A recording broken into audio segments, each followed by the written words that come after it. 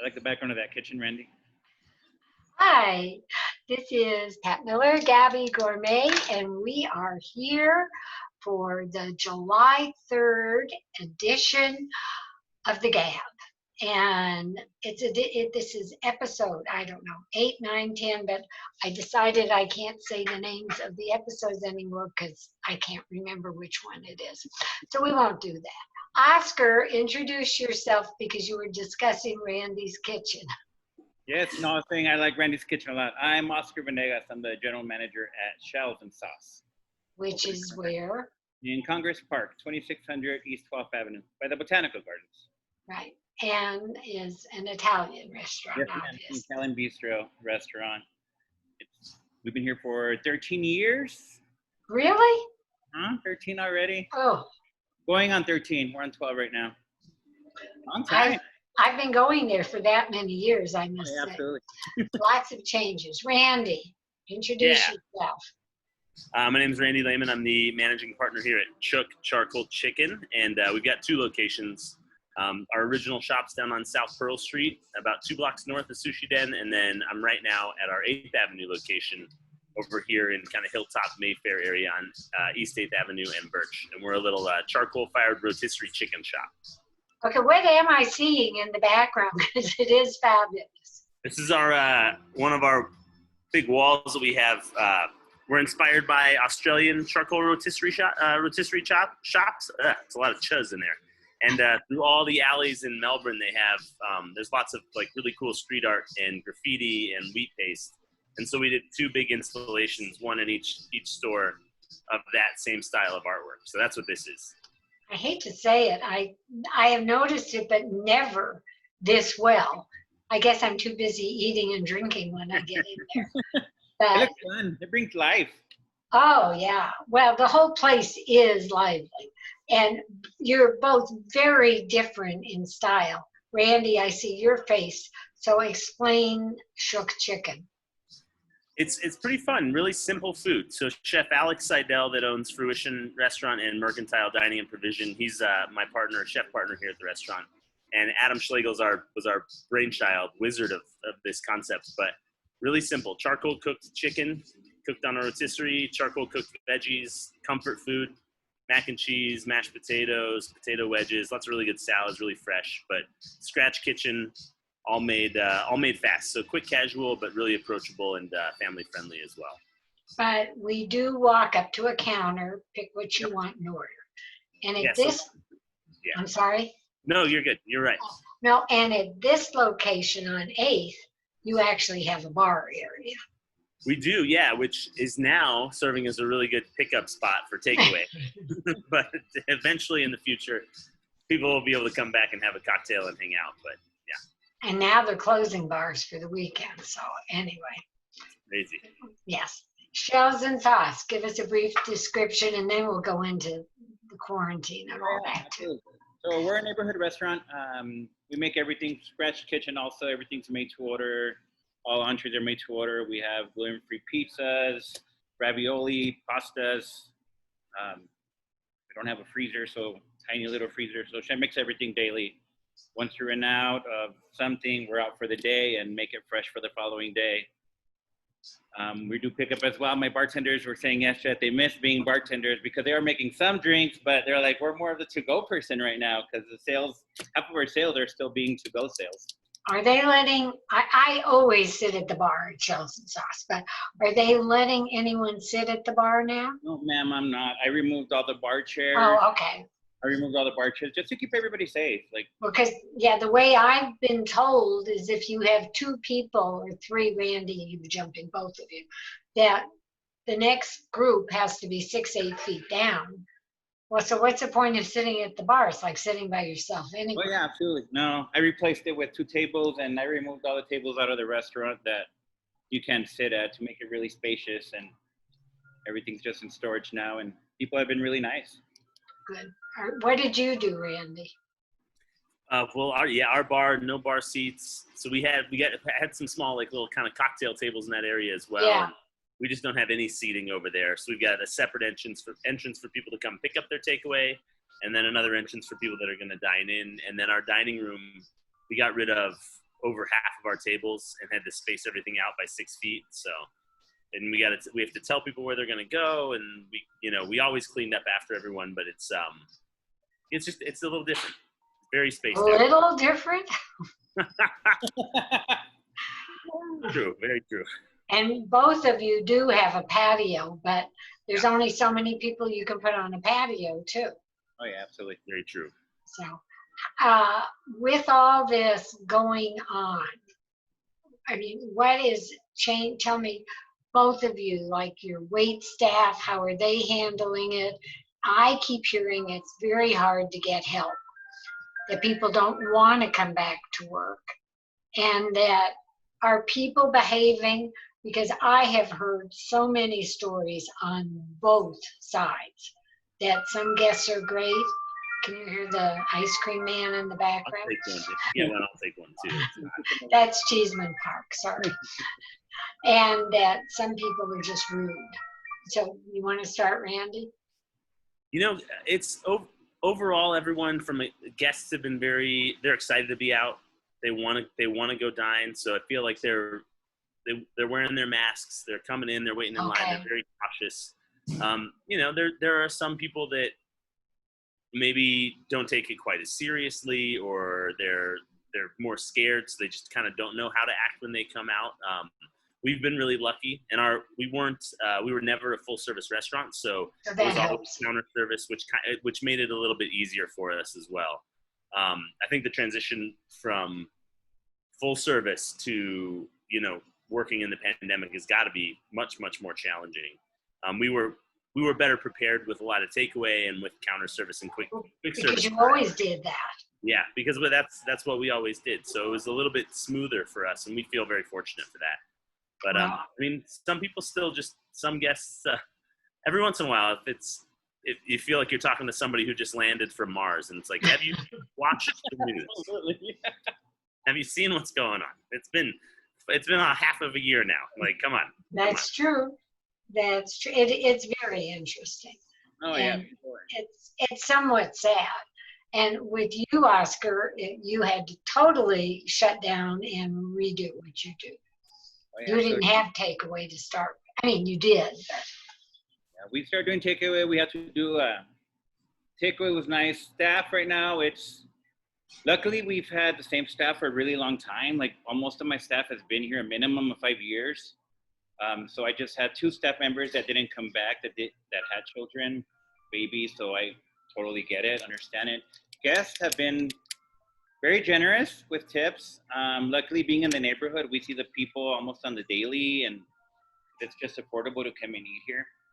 But people are nice. But you do have the crazies out there. I had a girl show up the other day with a mask on, and then I had gotten some bananas and had them in the bar for myself for lunch, and she just picked them up and sat at a table and started eating them. Did somebody give those to you? She's like, no, I saw them there, so I took them. So people are a little weird right now, but just in the most part, everyone seems to be nice. We do have the rule of no mask, no service as soon as you walk in the door, and that's where we're at right now. Good for you. As long as they follow. I have a question for both. Well, I guess for people who are dining in, do you at all have to take their names to be in touch with them if something happens?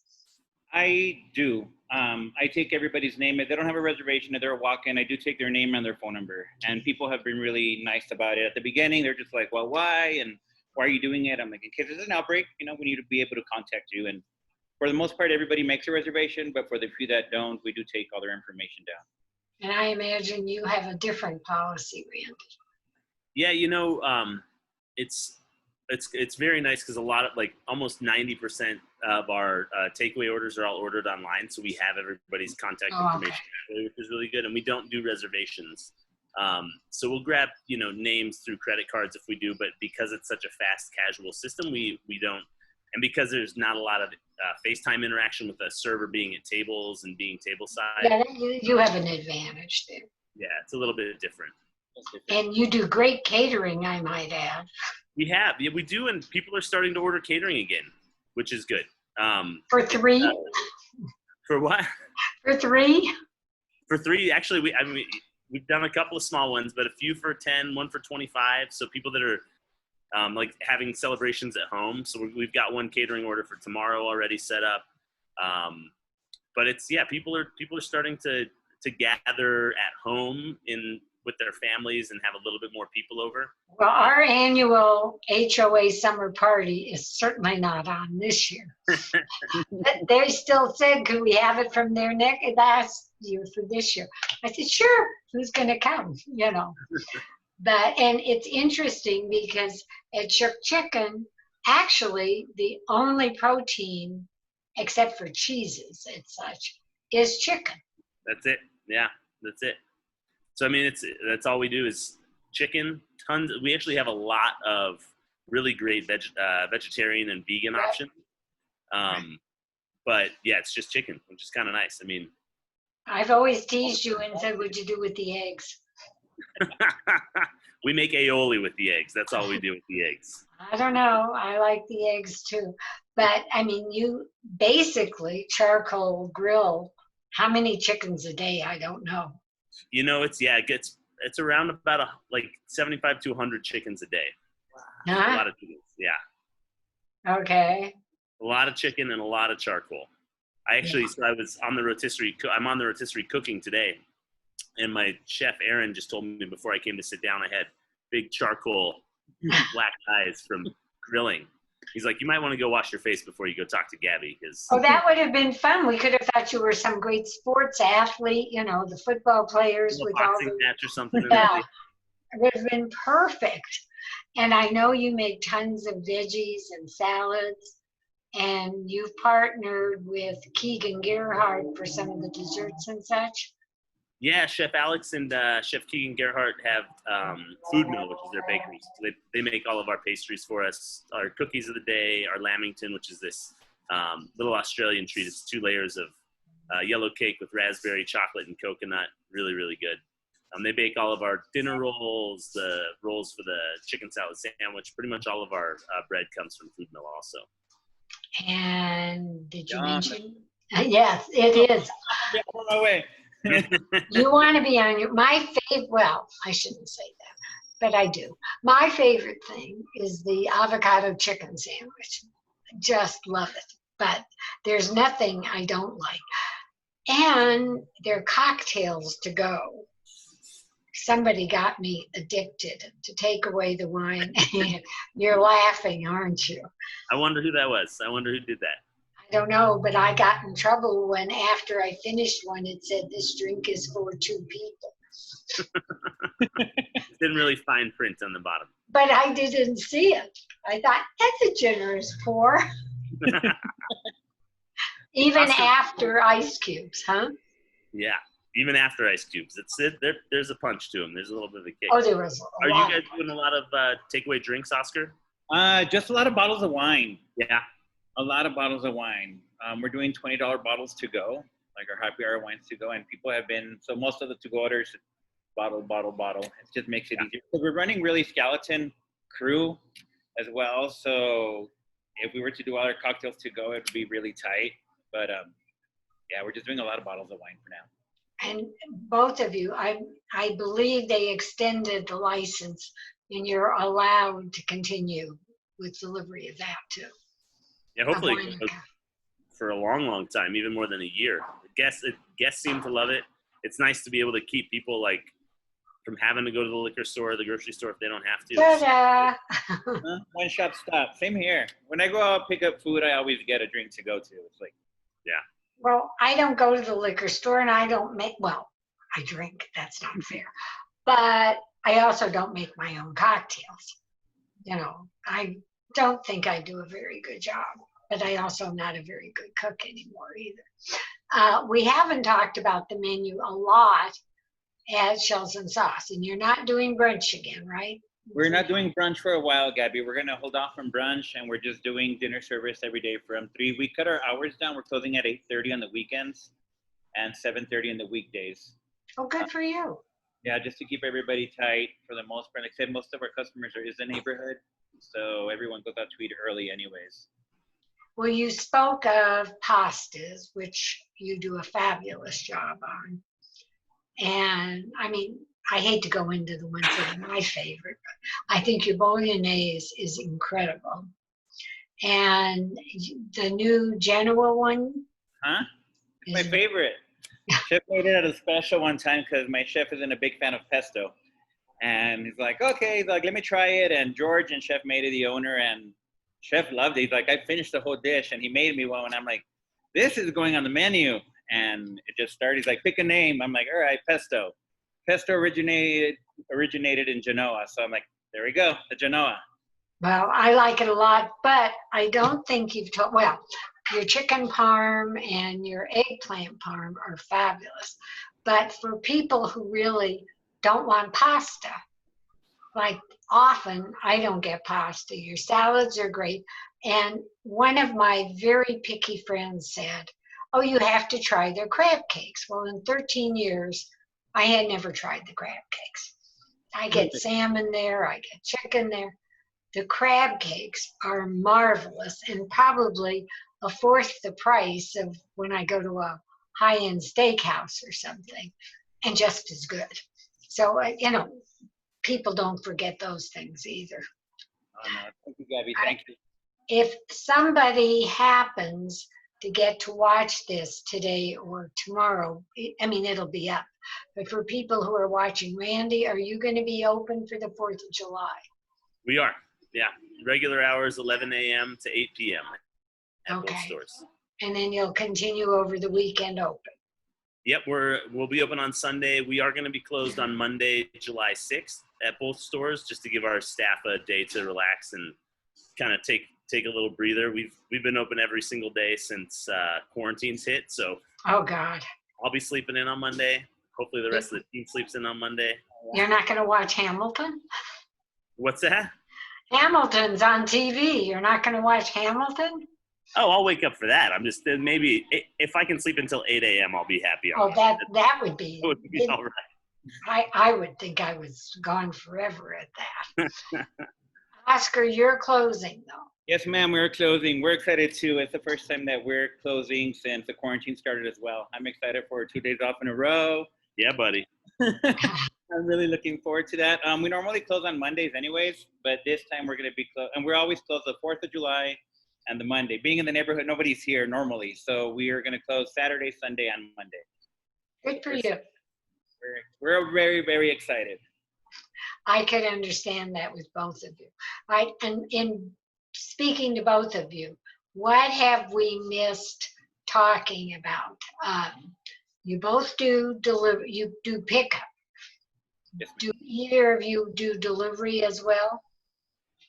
We do at Chook, yeah. If you can order, so you can order through our website for takeaway or for delivery, and it's really, really simple. So you just chookchicken.com. There's a link that says for takeout or delivery. Click on that. You schedule what time you want to pick it up, or schedule what time you want to have it delivered. It goes right to the stores. It's the easiest way to order. Okay. And, we offer it all day long. Do you use somebody for delivery? We do. It's a partnership with DoorDash. We tried doing it ourselves, and it was really challenging to kind of manage that with a small store. So we partner with them, but it's more beneficial for the business, for any small business, if you order through their website instead of going to DoorDash.com. So even if well, right. Yeah. So no. I'm only saying this because, no offense, Mr. DoorDash or one of them, I am against ordering through them because you pay so much more. So much more, yeah. I mean, it just kills me. I honestly have to say I would not use it because I just think it's unfair to the restaurants. They make it very, very tough, and it's really tough. It was hard for us to decide to actually sign up and start doing it. I guess you have to, but yeah, we kind of felt like we were in that position where we really wanted to offer it. But if you order through our website, just like any other restaurant, through the restaurant website, it's always more.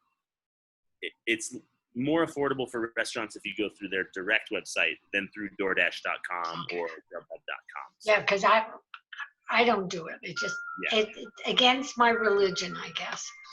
I don't want to give them the money. So when you can make it. What do you do, Oscar? So, Gabby, it is very expensive. We do DoorDash and Postmates, and we are working to do what he does to get it through our website, and that's in the works. It should be open. We should go live on that next week. But it is expensive for sure. But we do it. Currently, people that have been placing the orders when they come in through DoorDash, we tell them, just call the restaurant and pick it up. A lot of it, like I said, it's the neighborhood. So they have started calling and picking up their orders now. We have seen a decrease in DoorDash orders, but a lot more in pickup orders from the neighborhood.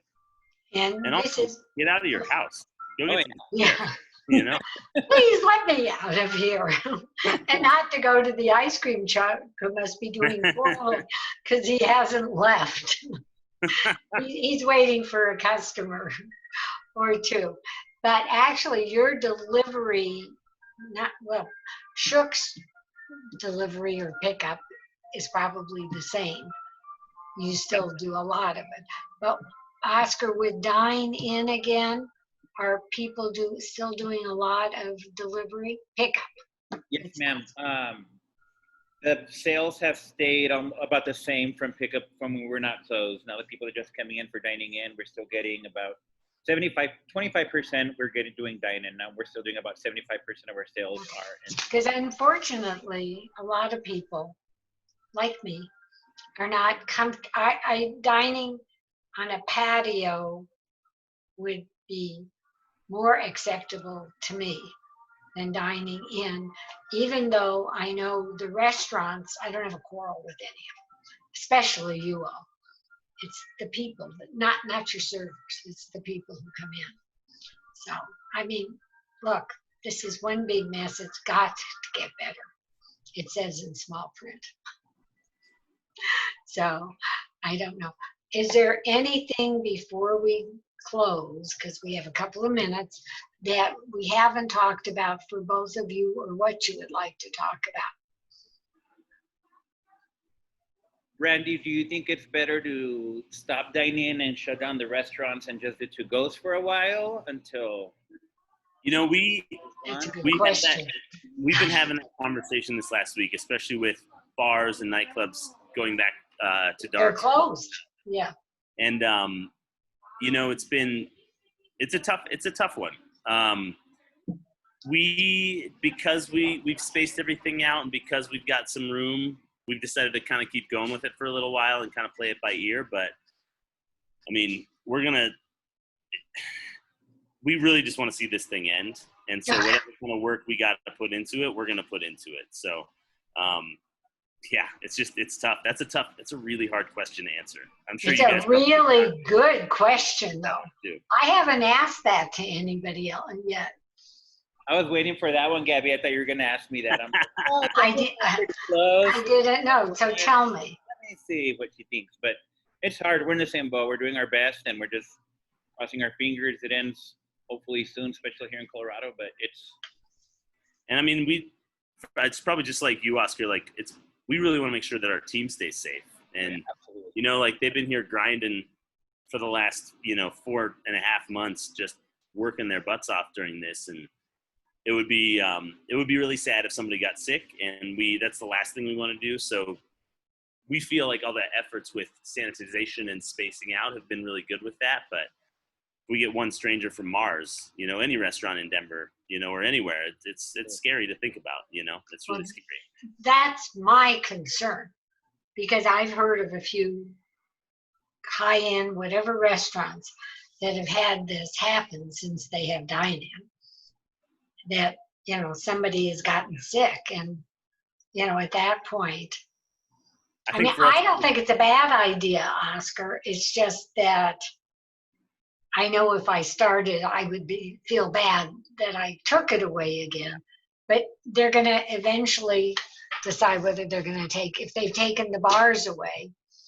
I think for us, one thing that we've really had to do is, because restaurants it's a yes business. We always want to say yes to people. We want people to feel comfortable, but we tell people no now. It's like, if you don't show up with a mask, or if you show up without a mask, you can't come in. And if you're going to walk around and try and touch things like bananas on bars or water bottles, might have to ask you to leave, and it's not because we want to not show hospitality, but it's in order just to keep us and everybody else safe. And so we've really had to learn that saying no is okay, because I'm sure, Oscar, you're probably the same way. It's really hard for me to tell somebody no. Oh, yes. Yeah, it's We're hard. in the success industry, so it's always a yes, yes, yes, yes, yes to everything. And now it's Now, beautifully said by both of you, really. And you're two of my favorite places to start with.